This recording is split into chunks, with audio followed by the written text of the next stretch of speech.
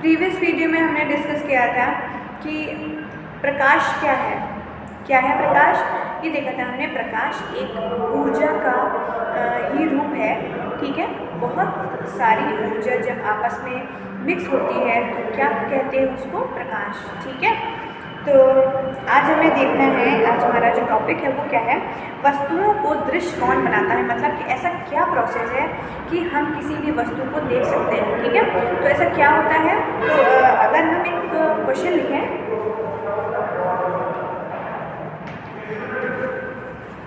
वस्तुओं को दृश्य कौन बनाता है? वस्तुओं को दृश्य, दृश्य मतलब हम देख सकते हैं, दृश्य कौन बनाता है? ठीक है, इसका आंसर क्या हो जाएगा? और देख लेते हैं, किसी वस्तु को हम तभी देख पाते हैं जब उस वस्तु से आने वाला प्रकाश हमारे नेत्रों में प्रवेश करे। यह प्रकाश वस्तुओं द्वारा उत्सर्जित तथा उनसे परावर्तित हुआ हो सकता है।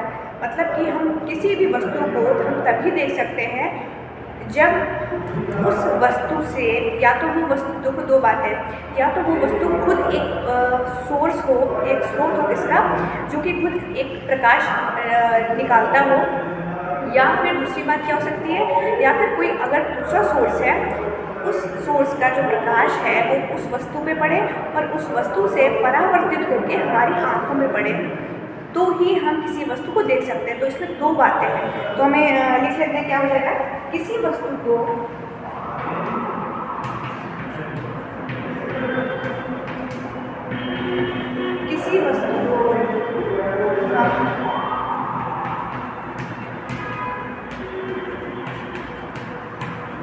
अभी देख पाते हैं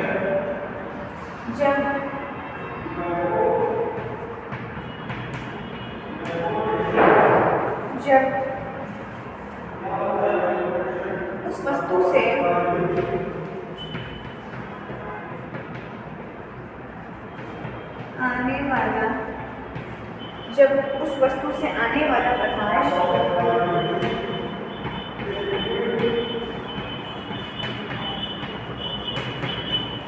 हमारे नेत्रों पर पड़ता है, हमारे नेत्रों पर पड़ता है। ठीक है, या हम कह सकते हैं, चलो ठीक है, नेत्रों पर पड़ता है यह प्रकाश।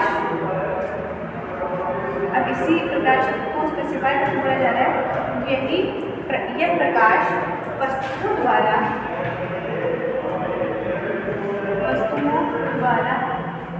उत्सर्जन मतलब उत्पन्न हो या रिलीज हो, वस्तुओं द्वारा उत्सर्जित हो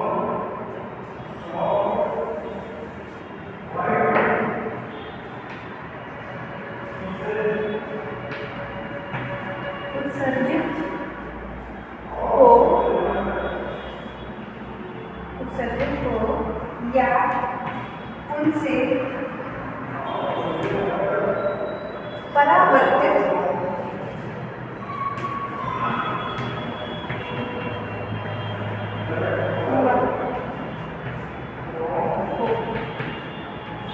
हुआ हो सकता है।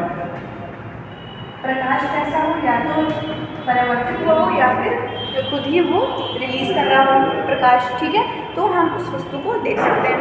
अब दूसरा आज क्या पढ़ना है? परावर्तन का नियम। परावर्तन मतलब क्या होता है? रिफ्लेक्शन। तो परावर्तन का नियम पढ़ने से पहले हमें पढ़ना पड़ेगा कि परावर्तन कैसी प्रक्रिया है।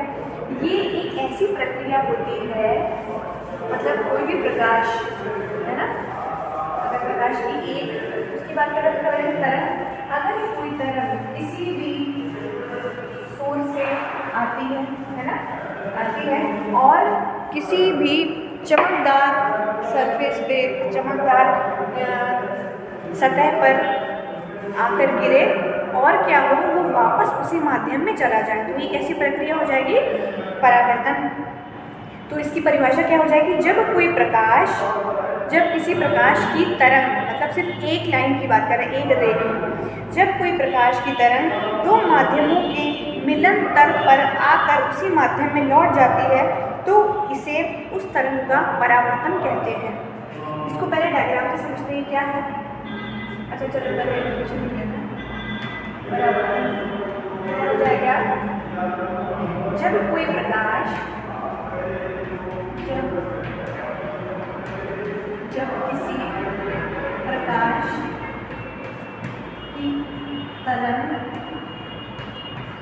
जब किसी प्रकाश की तरंग दो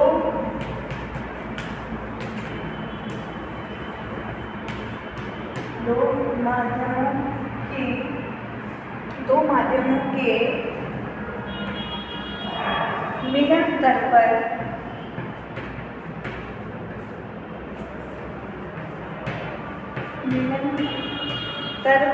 मिलन तल पर आकर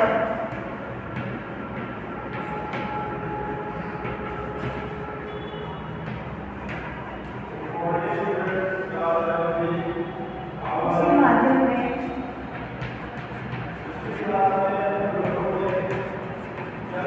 लौट जाती है तो उसे उस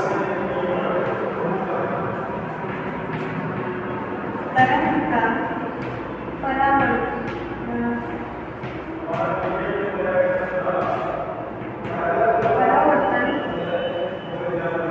कहा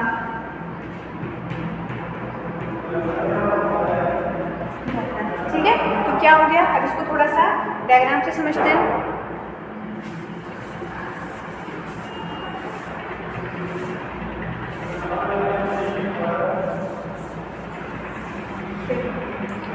देखते हैं क्या है परावर्तन। कोई भी क्या है हमारे पास,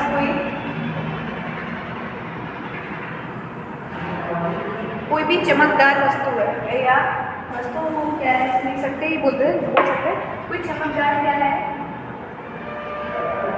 तल है, सतह है। जैसे कि क्या, शीशा। शीशा क्या होता है, ये होता है शीशा, और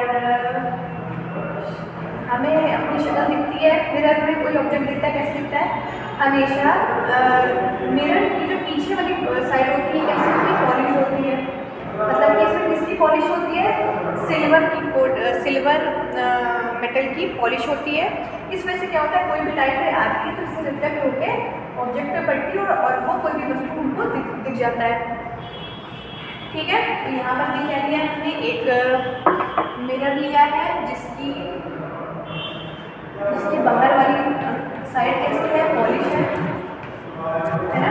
तो क्या होगा, परावर्तन एक ऐसी प्रक्रिया है जिससे कि कोई भी चमकदार पॉलिश सरफेस, जैसे कि क्या मिरर है, इस पर अगर कोई भी लाइट, कोई भी प्रकाश क्या हो अगर पड़ेगा, देखो है ना, ये होता है एरो साइन, मतलब कि किस डायरेक्शन में जा रहा है, किस दिशा में जा रहा है। कोई भी यहाँ पे लाइट थी, वहाँ से कोई भी प्रकाश इस पे आया, प्रकाश की एक तरंग की बात करें, मतलब सिर्फ एक रे थी, तो क्या हो जाएगा, तरंग। तो ये यहाँ पे पड़ा, जिस भी, अच्छा इस वाली इसको क्या बोलेंगे, आपतित किरण। क्या बोलेंगे इसको, ऐसी किरण जो किसी भी चमकदार सतह पर पड़ रही है तो उसे क्या बोलेंगे, आपतित किरण। और आपतित किरण जिस भी पॉइंट पर इस सतह पर पड़ रही है उस पॉइंट से हमें क्या बना देंगे, 90 डिग्री, मैथ्स में पढ़ चुके हैं। इसे क्या बोला जाता है, अभिलंब। नॉर्मल, इसे क्या बोलेंगे, इंसिडेंट रे, आई कह देते हैं। उसके बाद क्या होगा, ये है कोई पहला माध्यम और ये क्या है, कोई दूसरा माध्यम। तो क्या हुआ, आपतित किरण गई यहाँ पे पहुंची, अब इसको जानना तो चाहिए कि ऐसे करके चली जाती, लेकिन ऐसे ना जाके क्या होता है, ये परावर्तन कर लेती है, मतलब अपनी दिशा को चेंज कर देती है। तो ये आपतित किरण, और ये कैसी हो गई, परावर्तन, ये हो गई परावर्तित किरण,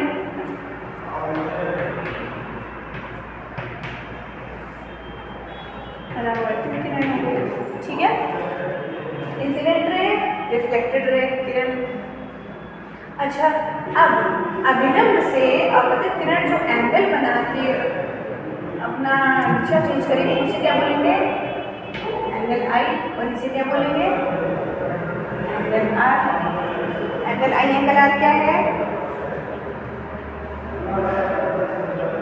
एंगल आर ये क्या हो गया? स्मॉल है, ठीक है। तो ये क्या हो गया? तो ये समझ में आ गया, यही क्या है? परावर्तन। मतलब कि एक माध्यम से आई थी कोई भी तरंग दूसरे माध्यम में जाना चाहिए, लेकिन ना जाकर क्या होती है, उसी माध्यम में लौट आती है। तो यही प्रक्रिया क्या है? परावर्तन वाला, ठीक है। अब इसमें पढ़ेंगे क्या हम? परावर्तन का नियम क्या है। पहले नियम भी इसी डायग्राम में देख लेते, फिर लिखेंगे। तो परावर्तन का नियम क्या हो जाएगा? इसके दो नियम होते हैं। पहला कौन सा? कि आपतित किरण, परावर्तित किरण और अभिलंब ये कैसे होंगे? एक ही तल में होते हैं। मतलब कि अगर मान लेते हैं ये क्या है? एक कोई कॉपी है, ये क्या है? एक ही सतह है। तो यहाँ पर क्या होगा? आपतित किरण भी आएगी, अभिलंब भी होगा नॉर्मल, और क्या होगा? परावर्तित किरण भी यहाँ से निकल जाएगी। तो ये क्या हो गया? एक ही सतह, एक ही तल। तो क्या हो जाएगा? ये तीनों एक ही तल में होंगे। दूसरा क्या हो जाएगा? Angle I is equal to angle R. मतलब कि आपतित वाला जो कोण होगा वो किसके बराबर होगा? हमेशा परावर्तित वाले कोण के, ठीक है। यही दो नियम है और कुछ नहीं है इस लॉ में। तो ये डायग्राम पहले अपन नोट कर लेंगे रफ में। तो अभी सबसे पहले हमें क्या करना है? परावर्तन की डेफिनेशन लिखनी, परिभाषा लिखेंगे। उसके बाद हम लोग ये डायग्राम बनाएंगे। डायग्राम बनाने के बाद हम क्या करेंगे? उसके नियम लिखेंगे। तो ये अभी फिलहाल हम लोग रफ में नोट कर लीजिएगा। ये अभी फिर कॉपी में नहीं काम करना है, पहले परिभाषा लिखेंगे, उसके बाद ये डायग्राम बनाएंगे और उसके बाद क्या लिखेंगे? नियम। तो परावर्तन की डेफिनेशन क्या हो जाएगी? अच्छा, डेफिनेशन तो हम लोग लिख चुके हैं। जब कोई प्रकाश दो माध्यम के मिलनतर पर है ना, तो वो जब लिख लिया उसके बाद वाला डायग्राम बना लेंगे। और अब क्या लिखेंगे? परावर्तन के नियम,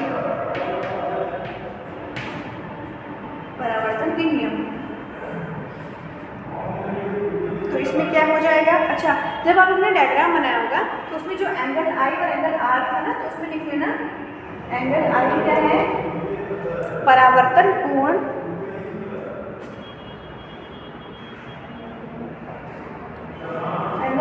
आपतन कोण।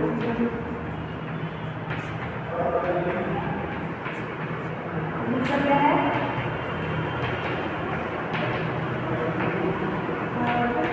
ठीक है, ये लिखना बस डायग्राम की साइड में करके। उसके बाद अब इनमें क्या है? परावर्तन के नियम। तो पहला नियम क्या हो जाएगा?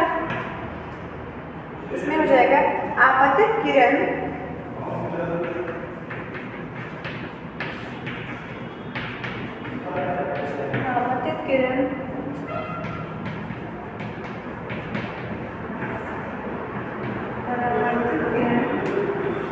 और अभिलंब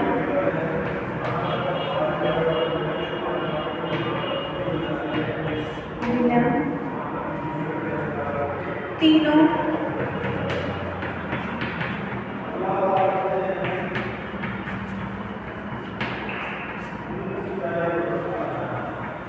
एक ही तल में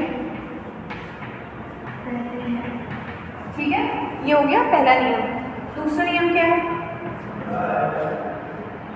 आपतन कोण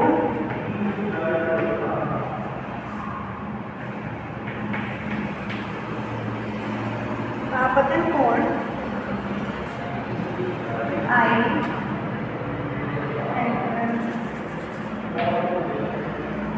एंगल को या कोण को हमेशा इस साइड में दिखाते हैं ना, एल वाले में। तो क्या हो जाएगा? एंगल आई और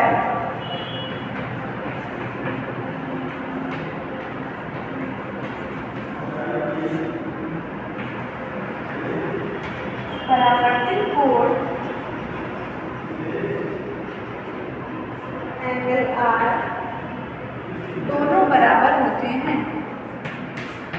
दोनों